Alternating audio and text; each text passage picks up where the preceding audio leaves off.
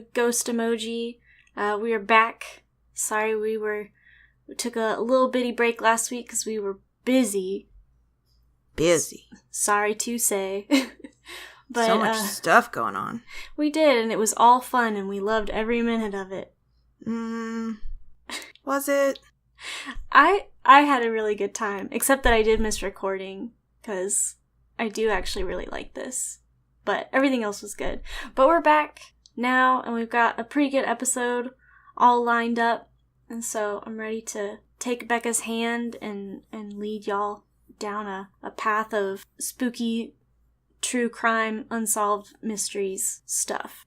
We're talking about the Cecil Hotel. And Elisa Lam. Yeah, and Elisa Lam. Yeah, it's a combo. And there's a lot of stuff, so we got as much info as we could. I'm sure there's probably some stuff that we're gonna miss. And if we do, tell us, because even if it's after the fact in the episode, I like knowing all the ins and outs, all the bits and bobbles. And this one's pretty big. We're gonna do kind of like a general overview of the hotel and its background, and then the main focus is gonna be Elisa. Becca's gonna take us in. Oh yeah. Also, Taylor did all of the research on this because she's just better at doing this kind of stuff, and I need to step it up, but I'm also incredibly lazy. So anyways, without further ado. You've got a lot of stuff going on too. So it was kind of fun though. I woke up this morning and I popped my knuckles and I got all my links together and got on Spotify and put on some study tracks and just felt like I was in college, except I didn't have to do all the really annoying citations at the end. That sounds not fun to me at all. I like going on Reddit and reading all of the spooky pasta. That's what I want to do. I'm true crime research, unless I can watch a documentary on it, I'm so lazy. Well, in this one I saw a couple when I was going through and looking at different articles. Some of them would have related links, and some of them were videos and stuff like that, which I thought about watching some of the documentaries, but honestly for a little bit of a time crunch it was faster just to go through and read. Yeah. But there is stuff like that out there, so if that's something you're interested in, this case in particular had a lot of interest in it, and so there's a lot of laptop sleuths out there, and I can't speak for all of their authenticity, but there's a lot of people who spend a lot of time gleaning over everything. And I appreciate their work because it made this a lot easier to find really interesting stuff. But basically, just thanks for doing the research. I really appreciate it. Oh, you're welcome. Okay, so let's go in with a little bit of background on the Cecil Hotel. It was constructed in 1924. It was built in the Art Deco style, and it cost $1 million to complete. Boasted an opulent marble lobby with stained glass windows, potted palms, and an alabaster statuary. Several similar hotels had been established elsewhere downtown, but the area and the hotel were decimated by the Great Depression. It was renamed Stay on Main in 2011, and just to clarify, it's located in Los Angeles, California. Yeah, that's true.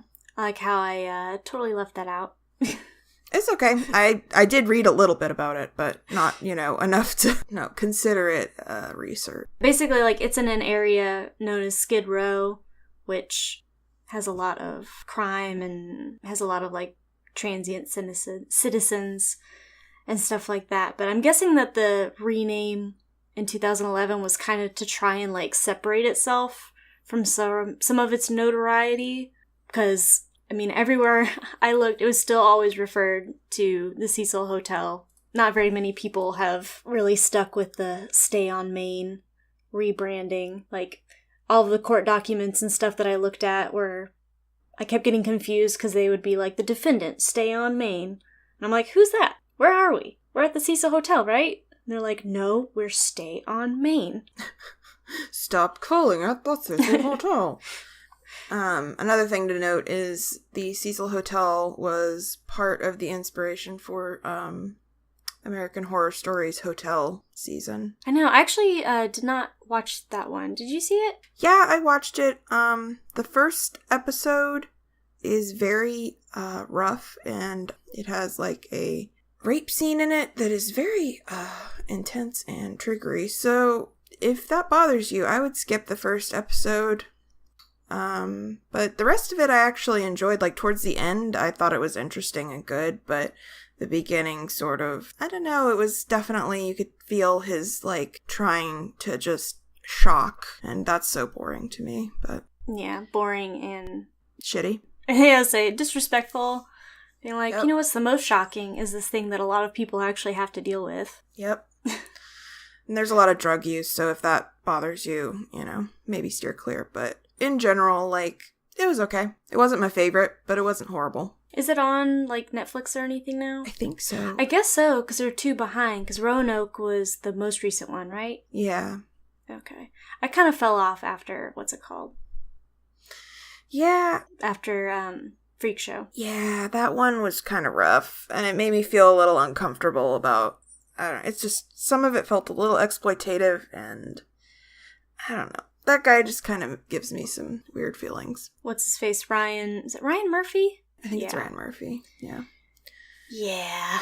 But it's something to watch when you're bored, so, you know. Mm-hmm. Anyways, moving on. So, one of the things about the Cecil Hotel is it's got a very bad reputation, not just because of, like, the area in general, but because it has kind of, like, a higher than average number of, like, murders and suicides and just generally, like, bad things that have happened there. So it's kind of got this reputation as being... I saw a lot of people refer to it as haunted, but the thing that stuck out most to me was just the overwhelming amount of crime that goes on there. Yeah, it's got a high volume of crime. Yeah. Los Angeles-based author and journalist James T. Bartlett, who's cataloged his findings in a 2016 publication called Gourmet Ghosts, acknowledges that with many thousands of guests per year, hotels are inevitably going to be the scene of accidents, natural deaths, suicides, crime, and even pure bad luck. The Cecil Hotel, however, seems to be so disproportionately blighted by tragedy and violence, even when compared to other hotels in deprived parts of the city, that he writes, it really is possible to wonder whether this building is cursed or that there are negative forces inside, which I was really interested in, but couldn't find anything to see, like, if there was, like, an actual curse or something, like the location of the building, like, something. I was like, is there some kind of frequency here that, like, makes people, like, act erratically or more aggressive or something like that, but I couldn't find anything. So that was just in my own brain. I'm definitely, I got that feel from researching it. Wikipedia lists at least 10 suicides, which I'm not going to list here just because they're all sad, they're all bad. Including one where a woman jumped off and landed on a pedestrian walking below. So they thought that one at first was a double suicide, but then after the autopsy, figured out that the other guy had just been in the wrong place at the wrong time. That's so sad. It is sad, and that's actually, like, I wouldn't say a huge fear of mine, but my office is, like, in a mixed-use area, and so every time I'm walking by, there's, like, not big, like, probably, like, a maybe 4 or 5 story apartment building, and then next to it is a huge, we always call it the bank building, but I don't know if it's actually a bank building. I think there's a bank in it. But it's easily, about 15 stories or so. And there was a point where they were, like, doing construction or possibly just, like, cleaning the windows or whatever. And they had it, like, all roped off because they didn't want anyone walking close to it, because when people are working that high up, like, even if you just drop, like, a wrench or something that would have normally, bonked you on the head and been bad, from that high up, like, you're dead. And every time I walk by it, I always kind of look up, because I'm like, what if someone, like, is up there and, like, drops something, or, it doesn't have, like, open balconies or anything, so I'm not as worried about people falling, but it just, every time we walk by it to go to the 7-Eleven, I'm like, I'm really excited about going to get this energy drink, but I'm also very scared that someone is going to fall on me and I'm going to die. Well, I have a new fear. Thank you. Sorry. It's just something to be aware, because I figure if you look up and you don't see anything, like, you're good, or just walk a little farther out, or walk on the other side of the street, or just don't walk by really tall buildings. I'm just never gonna leave my house again. It's fine. This is why my family calls me Paranoid Parrot, because, like, I can deal with all the paranormal stuff. I'm not really worried about that, but then we'll be going somewhere and I'm just, like, looking up at the building, thinking about all the bad stuff that could happen. I'm like the little kid in Page Master. Yeah. Pretty much. I just want everyone to be safe. It's only because I care. I know. Makes me really glad that I'm medicated now, because otherwise I would be really worrying about this a lot more than I should. Spiraling. Yeah. Sorry about that. Let's see. So that's just the suicide stuff. There's also been a lot of murders. The most noticeable ones being, most of them are unsolved, including Pigeon Goldie Osgood, a retired telephone operator who was found dead in her ransacked room by a hotel worker distributing phone books on June 4th, 1964. Ms. Osgood, who had earned her nickname due to the fact that she befriended and fed the birds in nearby Pershing Square, had been stabbed, strangled, and raped, and near her body was found the Dodgers cap she always wore and a paper sack full of bird seed. Soon after, there's a man named Jacques B. Ellinger was seen walking through Pershing Square in blood-stained clothing, which... suspicious. Yeah, only a lot. But he was arrested, but cleared. No one else was ever arrested for the murder. So a lot of these are unsolved. I'm sure that part of it, like the area, since it does have a lot of crime, and I feel like a lot of times there's this idea that these people, like, well, you're involved with crime, like it comes with the territory, kind of a victim blamey, like if you're a drug dealer and you get killed, like obviously that's going to happen. We're not going to work that hard to like look into it kind of thing. Which is really, really messed up. Yeah. It's like still a person that deserves like justice if they were murdered. Well, yeah, I'm like, you're mad at this person for being a drug dealer, but what about the person who's a murderer? Yeah, a murderer. Like, I feel like that's way worse than a drug dealer, but just my opinion, I don't know. But then, people like this who, just feeding birds, like... Poor lady. Didn't even have, a weird reputation or, a penchant for doing crime. Just wanted to feed the birds. So there's a whole lot more of them, but there's just a lot for this one area. Even if it is a spot where there is a lot of crime, it just seems disproportionately high. Yeah. And it's had a couple of people, because there are short-term residents, like people who just stay at the hotel when they're vacationing, but there's also a lot of people who live there, like at the hotel, for extended stays. And some of those people have been super not nice. I think I know who you're talking about. According to the notes that I am reading. Are you reading ahead? I think we're about to talk about Richard Ramirez, a.k.a. the Night Stalker. Yep, that's the one. You read my mind. And my notes. I'm so smart. Okay. Alright, so his victims, men, women, children, were chosen randomly and killed in a variety of ways with whatever weapon was handy. Apparently he was not picky. Often after a sexual assault. Most reports suggest that he was influenced as a teenager by his cousin. Man, I couldn't get through that sentence. But his cousin was a Green Beret who bragged about committing horrific acts in Vietnam and who later shot his wife to death in front of Ramirez. Jesus. Mm-hmm. My uncle was a Green Beret, but God, like, what the fuck? Not cool. Alright, so the Night Stalker was ultimately caught after a rape victim who'd been left alive got a look at his getaway car, which was a stolen Toyota that was found abandoned and connected to Ramirez by a single fingerprint. Thank God. Like... It's such a small, like, margin of error on his part. Well, you say that, but then, like, when you read on, you find out, like, how much attention they weren't paying this guy in this area where he was staying. Because he stayed at the Cecil Hotel. Sometimes, like, when you read about stuff and you're just like, it feels like this shouldn't have been that difficult to solve, but y'all were just like, who cares? I know. Like, I mean, obviously I've never been a detective or anything, so I can't speak personally to it, but it is frustrating when you read stuff like this. And you're just like, how? Like, I get it, maybe we didn't have the same technology and everything, but it just seemed like there was a lot to dig through, and you would have found something. So all these people didn't have to die. Anyways, once they had a suspect, police broadcasted his name and face widely, and Ramirez was recognized and beaten by a mob in East Los Angeles.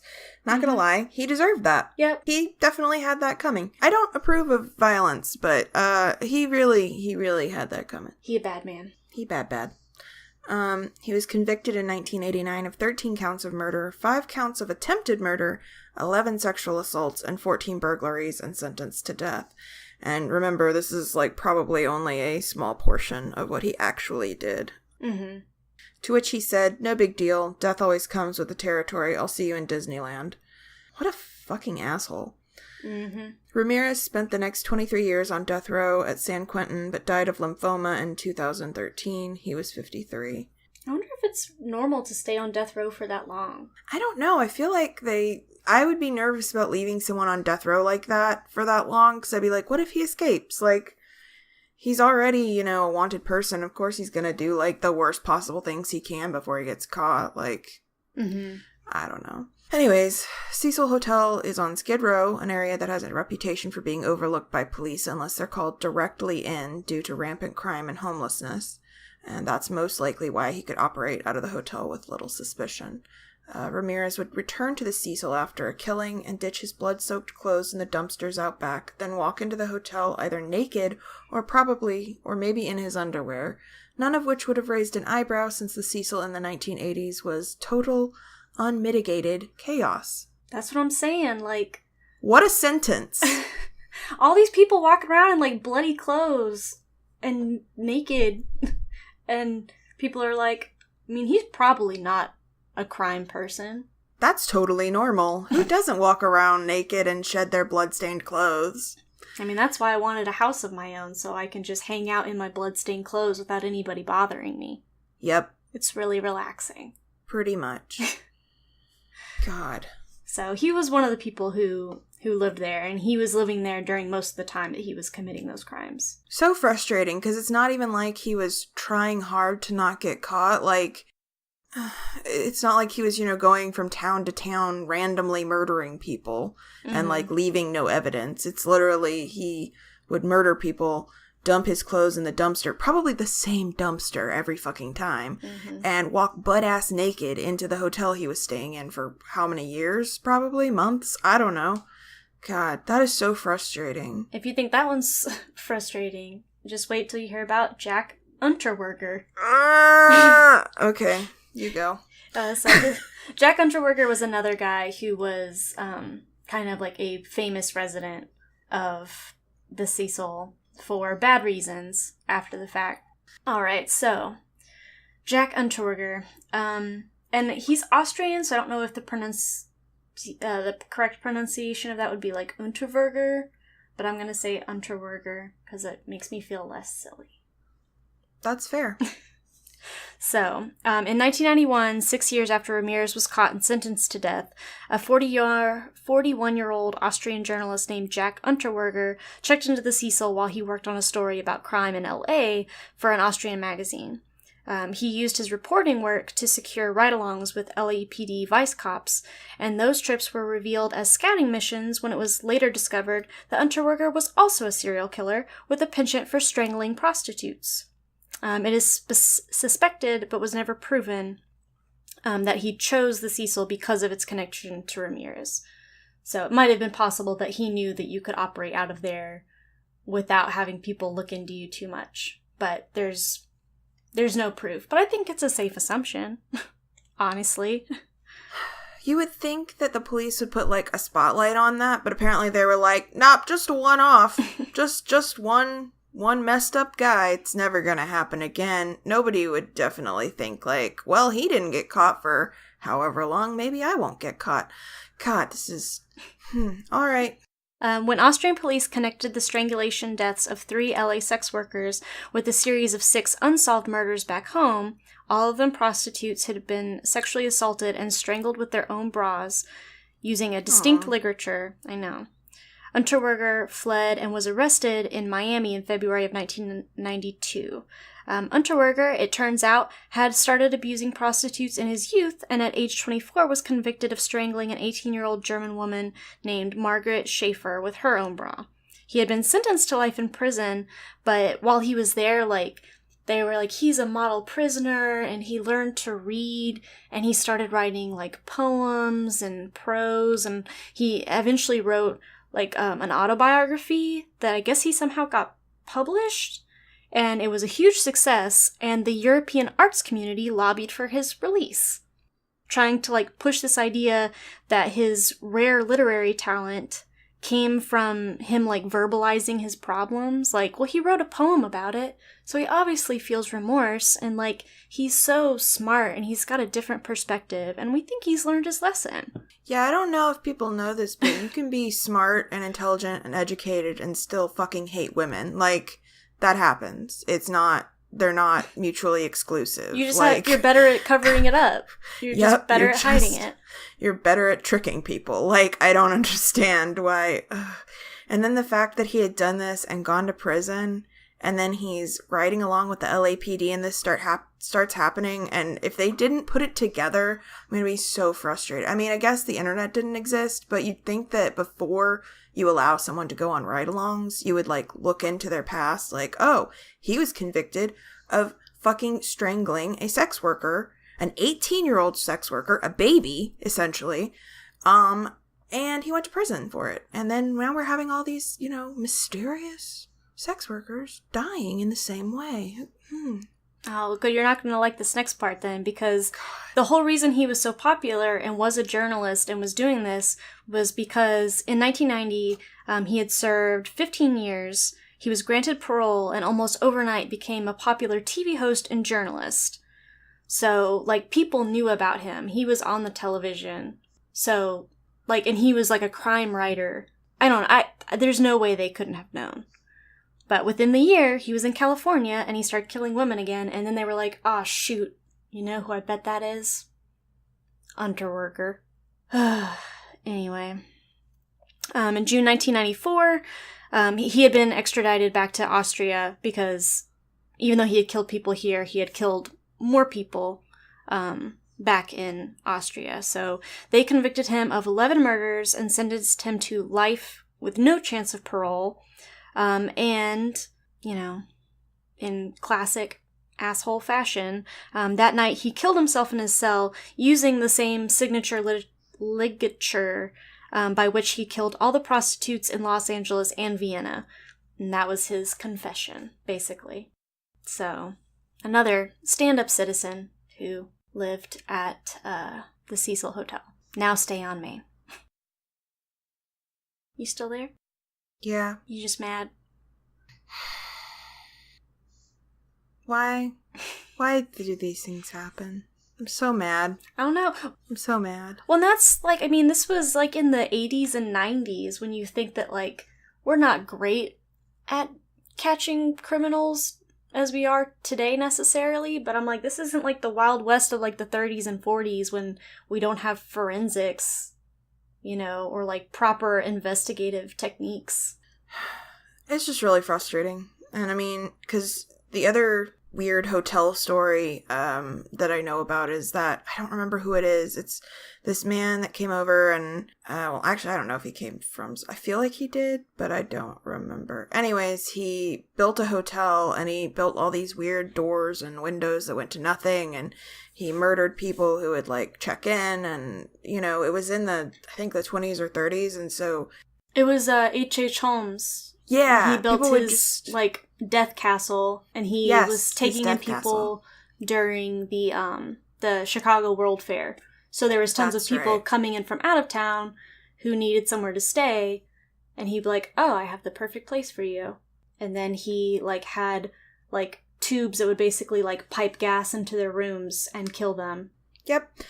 I mean, that I can understand people being like, "Oh, well, they were just a runaway," or, "Oh, well, they just disappeared. Oh, it's the 1930s. But, like, the 80s and 90s, like, you're telling me that nobody could put two and two together until, like, they'd already killed so many people. It's just so frustrating. No, well, I mean, and unfortunately, Unterweger, his primary group of people that he was targeting was sex workers, which, I feel like are notoriously, like, underrepresented in when it comes to this is true justice for being murdered, which I'm sure has a lot to do with why they pick them as victims. So sad. Mm-hmm. And then the last one's more of just kind of like a clarification thing, because there's a lot of rumors about people who have been at the Cecil Hotel, and even though they've had a lot of people sometimes they just kind of get lumped in to, like, add to the notoriety. And by that we mean Elizabeth Short. Yup. Rumors that Elizabeth Short, the so-called Black Dahlia, state that the Cecil are likely false, says Kim Cooper, a tour guide who is also a writer and has researched Short's story extensively. She did stay nearby and perhaps visited a bar a few doors up Main Street from the Cecil the night of her notorious murder, but that's the extent of her ties to the hotel. Still, Elizabeth Short's story has eerie parallels to Elisa Lam's. As Cooper points out, each was a woman in her 20s traveling alone to LA from San Diego, last seen in a downtown hotel, and went missing for several days before being found dead under shocking conditions. Finally, and most apt, Cooper says, the death of both of these unfortunate young women inspired enormous media attention and speculation. Which is very true.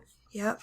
And it's a good lead-in for, I guess, because I think this is going to be the bulk of the episode, even though we have been talking for quite a while about the other stuff.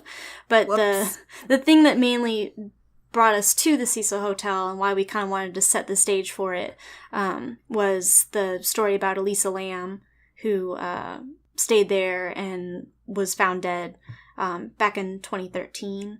And you're probably familiar with it. I mean, I think everyone's probably heard a little bit about it, but since there hasn't been a lot of new information since the investigation was concluded, I don't know if many people still think about it or if they just think about, like, the elevator video and just kind of stop there. Probably. I mean, I don't know. Because I think the video is mainly what kind of, like, launched it into, like, sort of, like, paranormal, unsolved murder, not notoriety, I'm trying to think of the word, but just, like, kind of making it, like, viral, where a lot of people, before, when it was just, like, a missing foreign national, it didn't get very much attention because, you know, it was a place where a lot of people go missing or are killed without much notice. Yeah, I remember seeing the video and it was very upsetting. Mm-hmm. Which, I guess when we get to that part, we'll probably put a link to it, just because, I mean, we'll describe what happens in the video, but I think seeing it kind of helps to establish, like, why people were so taken in by it and why people have, like, analyzed it as deeply as they have. Mm-hmm. But anyway, so I guess, like, some basic information about Elisa Lam. She was a 21-year-old Canadian student. She's from Vancouver, who went missing while on a trip to Southern California. She was diagnosed with bipolar disorder and depression. Those were mental illnesses which her family tried to hide from other people. They apparently tried to keep it very secret. But she did keep online blogs. She had a blog spot and then later on a Tumblr where she would talk about bits of her life, including her struggles with mental illness.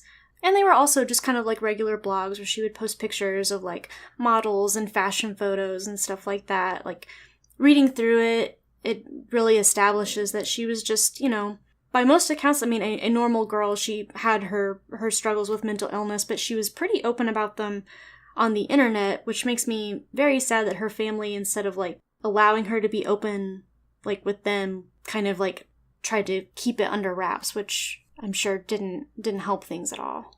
Mm-mm.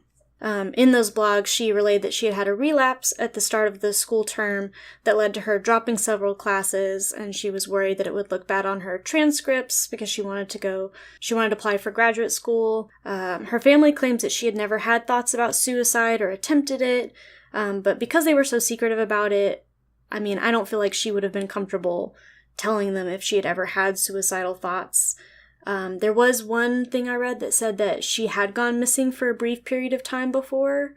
Mm-hmm. And so I don't know if that's related or not, if she had possibly gone somewhere for treatment or if she had just been missing and then come back home. Yeah. It just seemed like they were very, you know, I mean, I wouldn't go as far as to, like, say ashamed, but maybe just didn't want to address it. Unfortunately, I mean, a lot of mental illness stigma comes from family, like, especially if none of them have been diagnosed with something, even though a lot of them probably, it's somewhere in your family lineage. It doesn't just, like, randomly appear normally. Mm-hmm. But it's really hard to be, I don't know, feel that, like, isolation from your family and stuff, and I doubt that she would have if she was having suicidal thoughts, she would have confided in maybe a friend or someone rather than her family if they're that weird about talking about mental illness and the issues that come with it. And that's something that we kind of wanted to make pretty clear as we're talking about this. Like, as much as, like, it's interesting to read about the different theories and stuff like that have tried to attribute it to, like, paranormal events and stuff like that, and that the video in the elevator is kind of eerie to some people.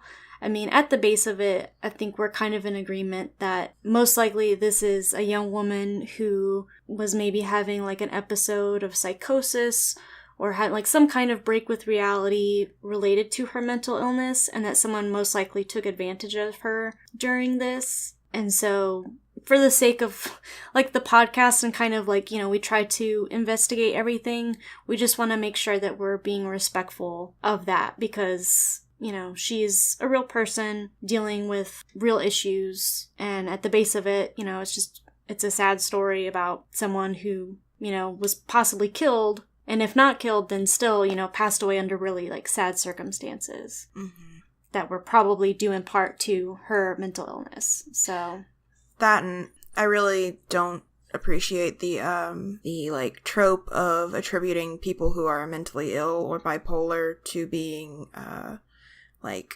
creepy or erratic or this or that. It's like those, I feel like they're used in horror films and in horror stories as a weird tool, and it's just not cool. And so, you know, suggesting that her bipolar and her mental illnesses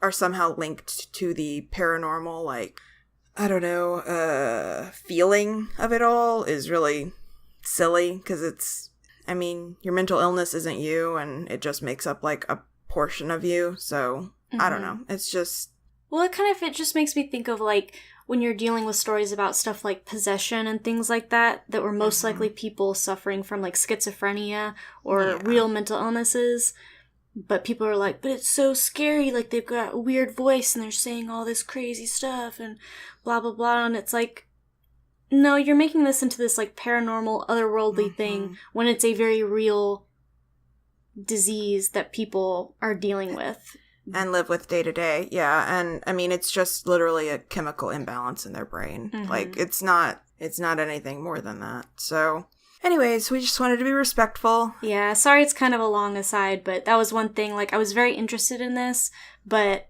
I don't want people to think that we're trying to make light of anything regarding it. Like, we're just trying to present what we've found on it without sensationalizing it. Yeah.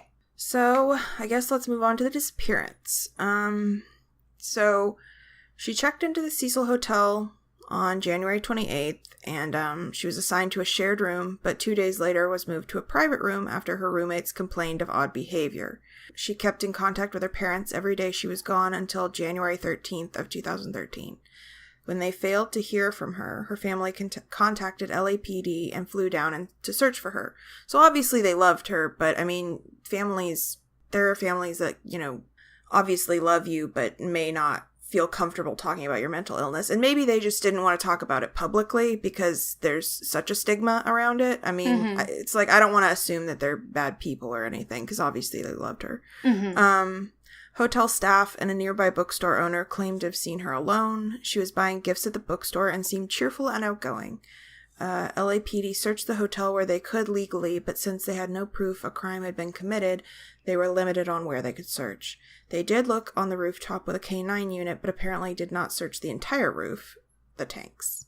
So, which I feel like I always am really frustrated whenever I read stories about missing people, because, you know, they're like, well, we can't look because we don't have proof, or they haven't been missing long enough. But usually it's like that first, you know, day or so are so crucial.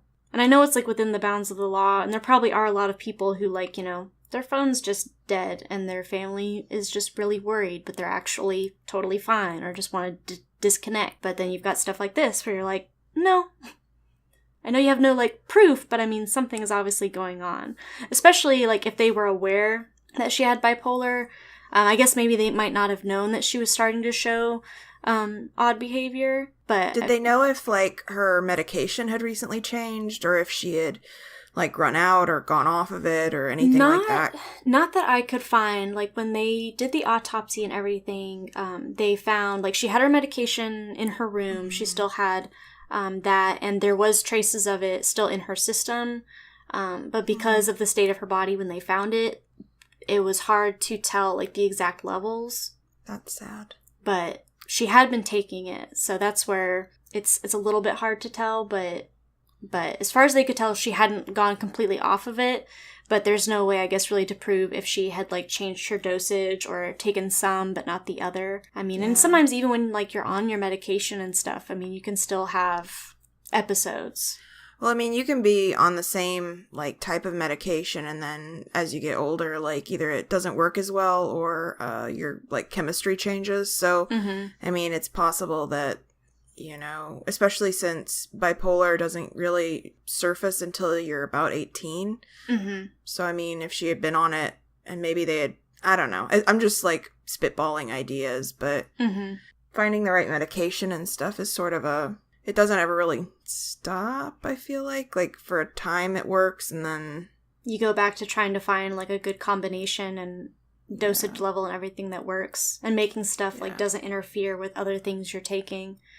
That's another thing, if she was taking something, because I know that sometimes birth control can mess with the potency of certain drugs that people with bipolar take. But, I mean... The other thing is, like, there's 2 different kinds of bipolar, and there's different medications depending on, you know, what your symptoms are, etc. So it's such a toss-up, like, unless I knew what she was taking, etc., and we knew, like, because I know that birth control can cause seizures in certain, it lowers the, like, because the medication prevents seizures. It's, like, also used for epileptic people, and if you take birth control on top of it, this one type of birth control, it can make the potency of the medication, I think it's I don't know what it's called, but it can affect the potency, and it can also cause seizures. Well, I think on the Wikipedia page it did list, like, what she was taking. The only one I remember was Seroquel.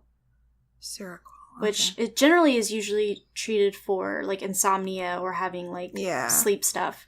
But there was a handful of other ones, but I can't remember what they were. So if you're interested in that, they do list them. Okay. I might go look at that afterwards, because I'm very curious. Because it's just the mixture can go wrong so easily. Just, like, there's things that can make... Antibiotics make things stop working. I mean, birth control. Exactly. So, anyways, sorry. No, you're good. The next thing we wanted to cover was the elevator video, which I mentioned we'll probably send a link to in the description. But they released it. It was a week after she had last been seen. The LAPD released this video of her in an elevator at the Cecil Hotel, kind of in an effort to, like, show people, like, this is what she was wearing, this is what she looked like, if you have any information or whatever. Because of the nature of the video, people, I think, were less drawn to, like, oh, this is what she was wearing, this is what she looks like, to just kind of speculating, like, what was going on, because her movements in the video and her just general, like, demeanor was just, I guess, atypical. I'm trying to think of the right word, but it's not how something was happening with her. It's not how someone who isn't scared would act. You know what I mean? Like, in the video, she looks scared or, like, wary, or she just doesn't look like she's comfortable at all. And normally when you're in an elevator, you're sort of like, unless you have a fear of elevators, you're sort of just waiting for it to be over. You know what I mean? Like, okay, get to the next floor. So, but it was that, and then also people noticed pretty quickly that the video had elements of being doctored, and so people were kind of skeptical of why that was done. Because in the video, here, I'll describe what happens in the video and then kind of talk about, like, what was done in it that made people kind of extra iffy about it. In the video, Elisa is seen entering the elevator. She presses multiple buttons, and then she kind of steps back. The elevator door doesn't close any of the time that she's in the video.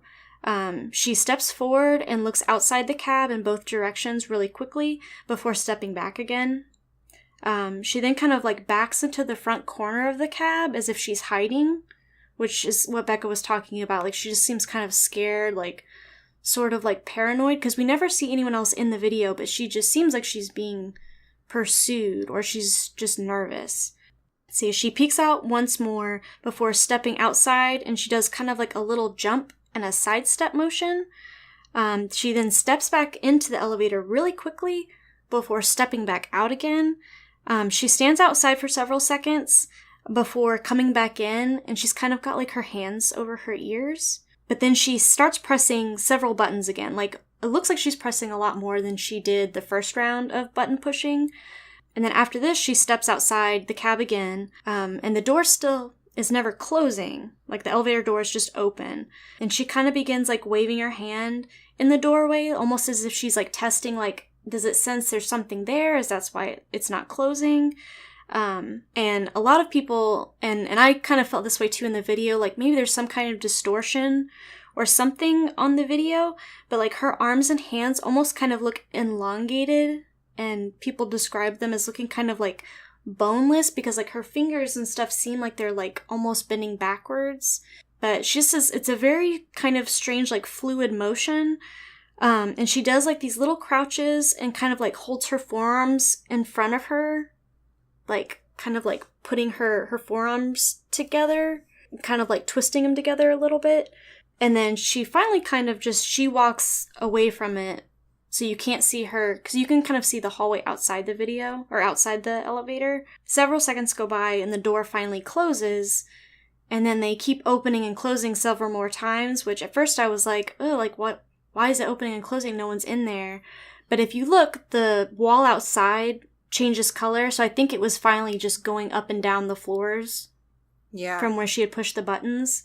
But I guess maybe it was just overloaded, like, why it didn't go until she had stepped outside and, like, left it. It makes me wonder if it was malfunctioning and maybe, like, an alarm was going off, and that's why she covered her ears. I don't know. I mean, maybe, but I feel like, because they talk about alarms and stuff like that later in relation to, like, how she got to the roof, and they say that there was no alarms that went off. But part of the video that I didn't notice the first time until I saw one that was sped up to regular speed, the video is slowed down pretty significantly. And the timestamp is blurred out, so you can't see the time very well, but you can see it well enough to see that the minutes kind of jump at different parts when the elevator is empty. And so there's 54 to 55 seconds of footage that is just gone. And a lot of people were like, well, no, they probably slowed down the footage so that way people could see Lam's face and, like, clothing and stuff like that more readily. And they were like, well, maybe they took out, you know, extra footage because it was irrelevant or it was empty. Some people thought that maybe there was someone who came into the elevator who was unrelated to the case and they just didn't want people speculating. Which I get, I mean, considering how much attention this was getting while it was going on. Yeah. I feel like they would have, like, if there's this much speculation, they should have, like, released a statement being like, we slowed it down, we blurred the timestamp because of this, and there was also another passenger, and we just didn't want their identity being, you know. Well, yeah, I mean, that's why people get kind of weird about this stuff, because they're like, well, why don't you just do that? And they're like, well, because it's fine. It's no big deal. It's whatever. Is it? Is it fine? But, so the video itself, like... I'm gonna fight the whole LAPD. I was already mad at them for other stuff. Yeah. They've been being bad. They've been always bad. So bad. But, again, the elevator video is probably, like, the most well-known aspect of this case. And, this part, like, I think Becca's gonna go over most of it, but kind of like a small preface. This part kind of delves into the whole, like, possible paranormal aspect of it, but I kind of just took it as, if this has any part in it, I think she would have only attempted something like this if she was having, like, a manic episode or some kind of, like, you know, if she was in psychosis and having kind of, like, delusions of, like, doing something paranormal that wasn't actually going on. Because people talked about this elevator game or whatever, But I couldn't find anything that actually said that she was aware of it or had written about it on her blog or her Tumblr or anything like that. But a lot of people were speculating about it. Okay.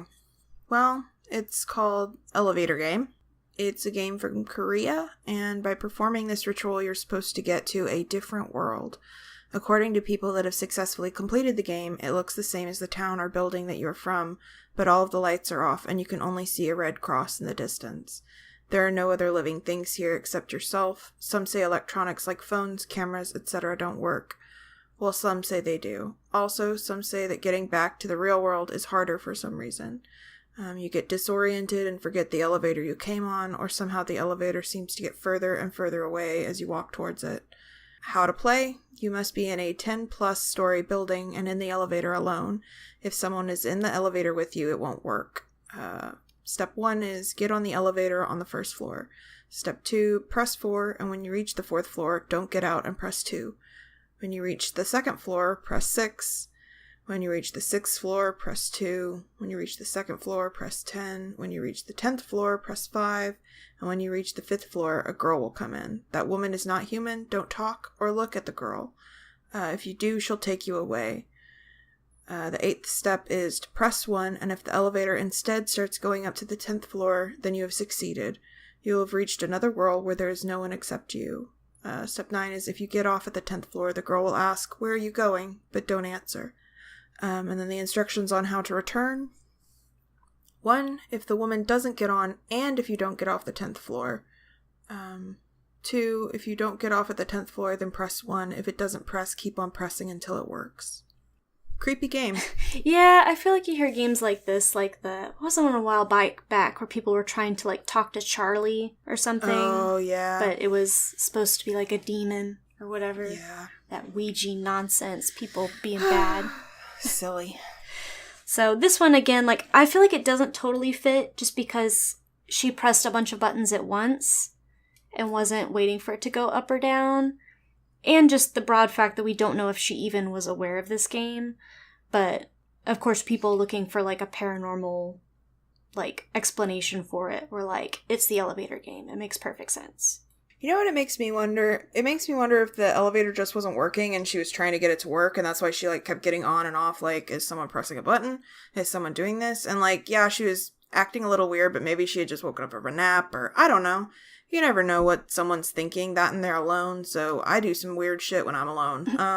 Yeah, some of, like, her, like, the little, like, jumping and stuff like that, I was like, I feel like I do kind of, like, not odd movements, I wouldn't even call them, but just, like, kind of, you know, goofy stuff when you think you're by yourself, and then someone turns a corner, and you're like, please, God, don't let them see me Naruto running. Yeah, exactly. I've never Naruto run in my whole life. Me either, but you know what I mean. Stuff like that, where you're just like, you do stuff because no one's there. Maybe she stepped out because since it wasn't working, she was looking for, like, an employee to be like, this is broken. What makes me scared is that she talked to an employee, and an employee has killed her. She was like, oh, the elevator's not working, and then gone. And they're like, oh, well, here, follow me up these stairs. Yep. And I thought I had put something in this area here about, like, the elevator stuff, but maybe it's later on in the notes. But there was some people who thought that because of, like, the movement and stuff, that she could have possibly been under the influence of some kind of party drug, like ecstasy or something like that. Aww. But then nothing showed up in her talk screen, and they were like, well, it could have broken down because they didn't find her for a while. Or they were like, maybe she took, like, a special, you know, batch that didn't show up in whatever.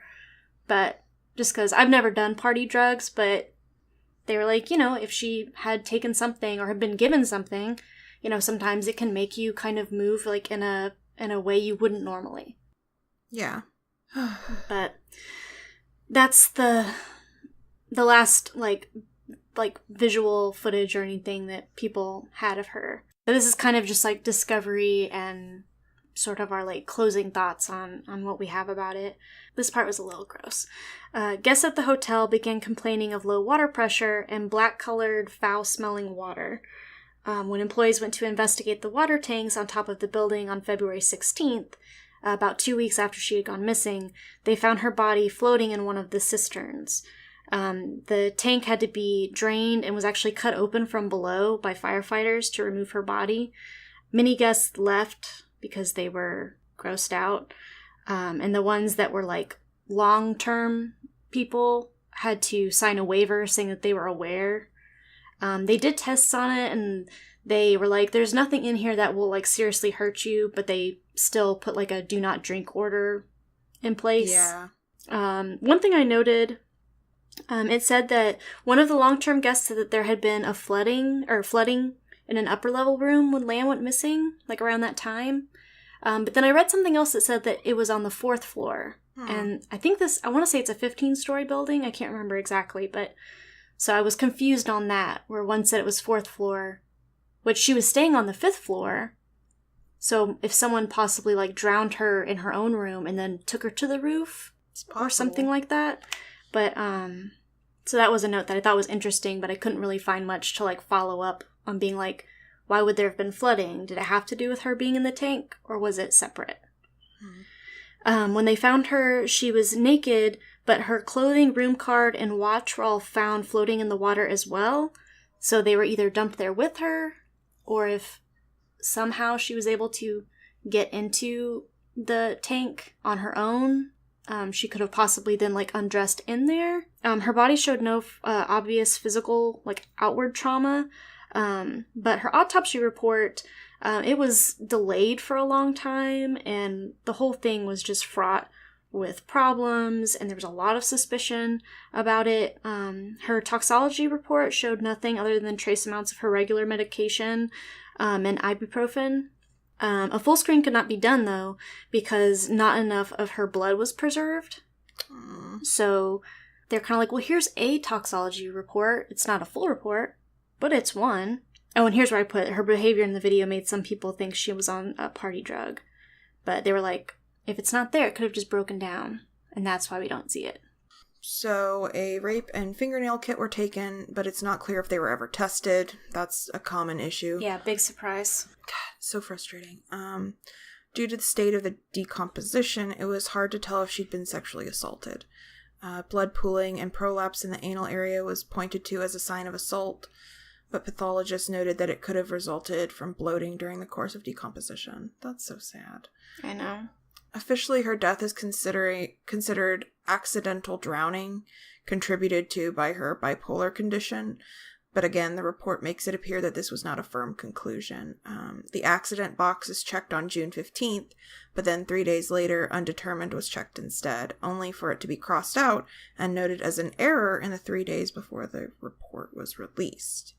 There are also a lot of questions about how she could have gotten into the tanks and drowned all alone. Doors and stairs leading to the roof are locked, and it's only staff that have the keys and passcodes needed to access them. Any attempt to force the doors open results in an alarm, allegedly. It should be noted that apparently the roof is accessible by fire escape. The question also remains how she could have gotten into the tank alone, let alone replace the lid. The tanks are 8 feet tall and propped up on cinder blocks. The staff needed ladders to look into the tanks when they discovered her body, and the lids were heavy enough that it would have been extremely difficult to pull it back on top from within. Which leads me to think that it was either a hotel worker or someone who has worked at a hotel before, because they would have known, it's going to take them a while to find her body. I don't know. It just, to me, I really doubt that she could have crawled in there on her own, and there are honestly like easier ways to do that sort of thing, especially if you're staying alone in a hotel by yourself. Mm-hmm. If it was, suicide, Well, I feel like they knew that she had been acting strangely since they'd had to like move her to a different room and stuff. So I just feel like, I don't know. And with the whole alarm thing, the employee who actually found her said that to get to the roof, like, he had to disarm all of the alarms.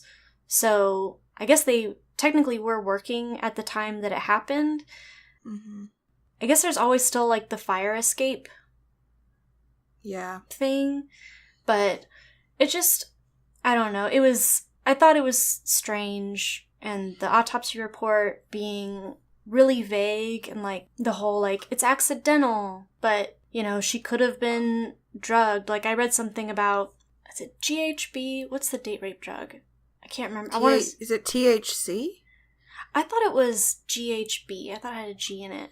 But whatever it is, it's water soluble, I think. Mm-hmm. And so, being in a tank for 2 weeks, I don't know if it would have shown up, especially if they didn't do like a full report. And I feel like if she had been like abducted or assaulted and she was knocked out, I mean, she's not going to struggle, so there's not going to be any outward trauma. Yeah, that, and I mean, depending on what the water is like in LA, I mean, if it's harder or softer, that can make a difference, and chemicals react differently. Mm-hmm.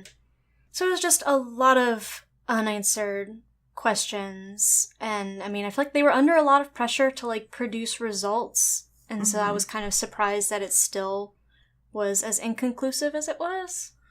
Yeah. Because so many people were looking at them just because it was kind of a high-profile case after the elevator video came out. But the only other note that I put, and I couldn't find a whole lot to substantiate any like official connection, but around the same time that Elisa Lam died, there was another lady named Tina Huang who, similarly to Elisa, was like a young Asian woman who was found drowned on a beach nearby around the same time. Initially, they were trying to figure out if it was a drowning. Hers, when I read about it, it said that after her toxicology report came back, it was labeled as a homicide. But I couldn't find what in the toxicology report, so I don't know if it looked like she had been drugged. But similarly, not a lot of outward trauma, so could have been like drugged and then put in the ocean. But the part that I thought was really strange was that, this lady was found on the beach. Elisa Lam's clothing was found, with her in the tank, and it was covered in sand-like particulate, is what they called it. Which, unless, the water is just sandy, and it goes through some kind of filtration system before it leaves the tank. Yeah, that's weird. Just seemed odd. Just that connection. Mm-hmm. There was, I can't remember her name, but there was another young lady who passed away, I want to say in April of that year, and they thought that one might have been connected because she was also found on the beach. But with that one, it turned out there was some kind of festival or something nearby, and she had actually fallen off of a cliff into the water. Oh, God. So that one, at first they thought might be connected, and they were like, maybe there's someone who's targeting. Because the other lady, I want to say, was Hispanic. Her last name was Ayala. It was Giselle Ayala. But that one, the falling thing kind of threw me off.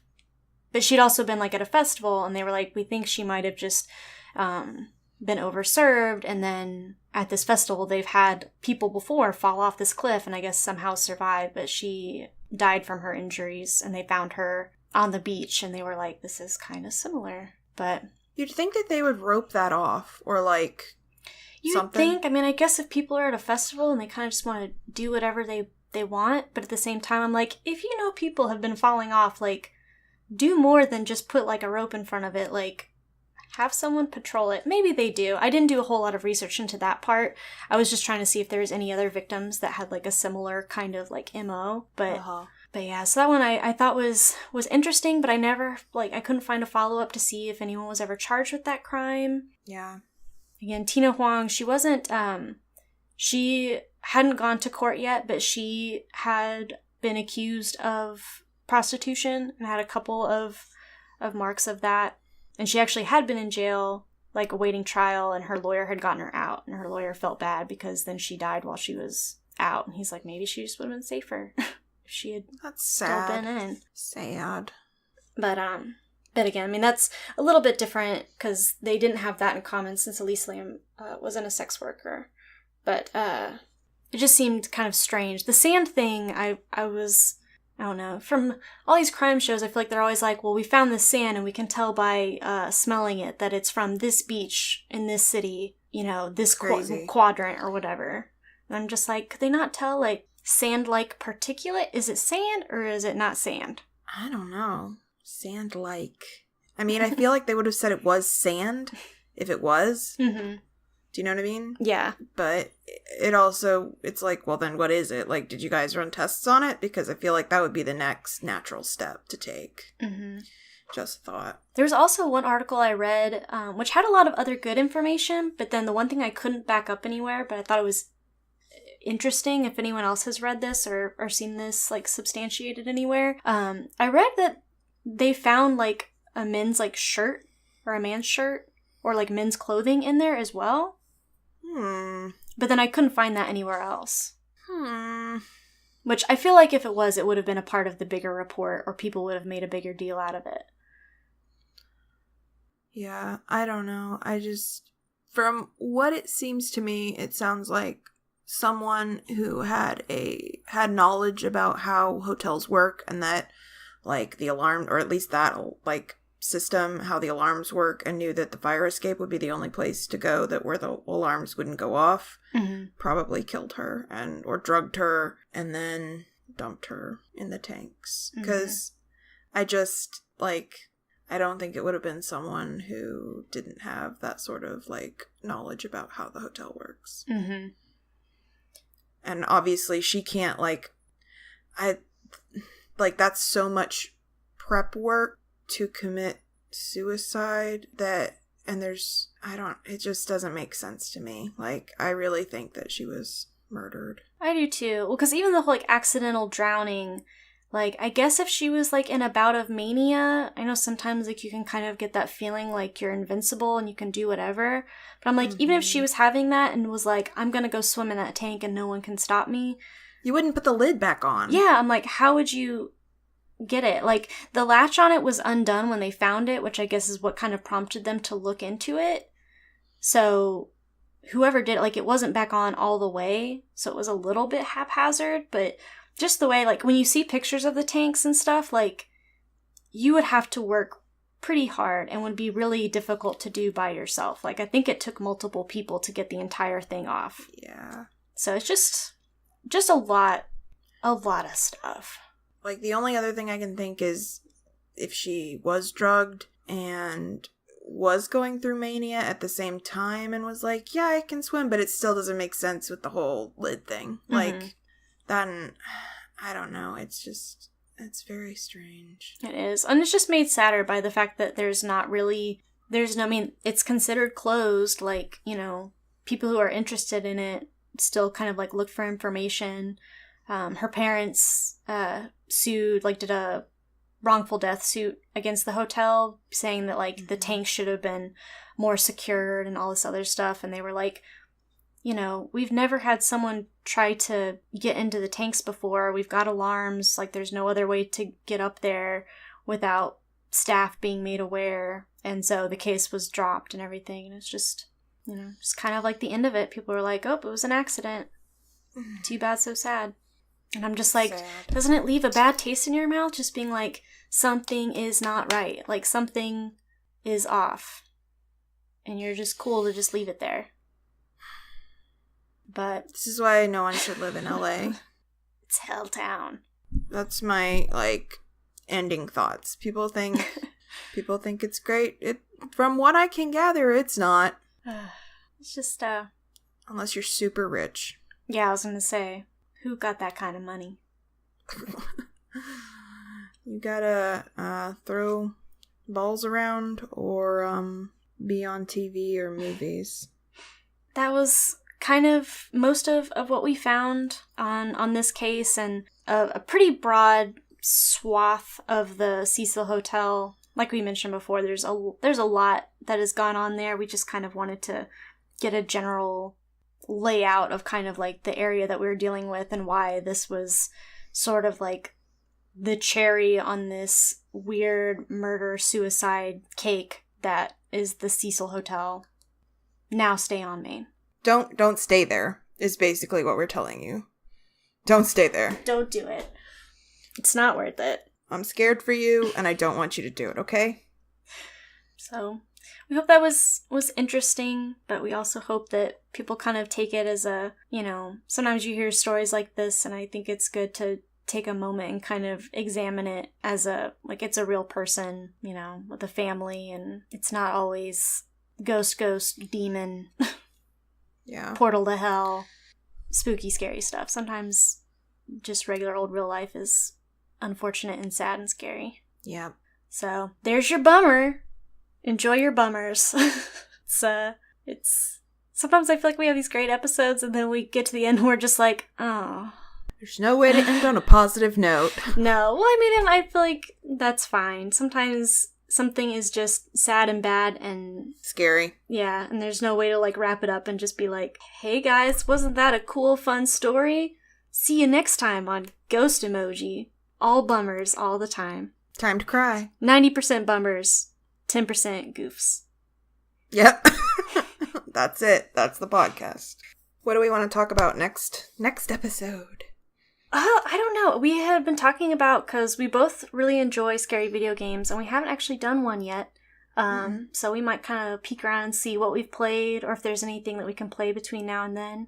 I've been thinking about doing Oxenfree.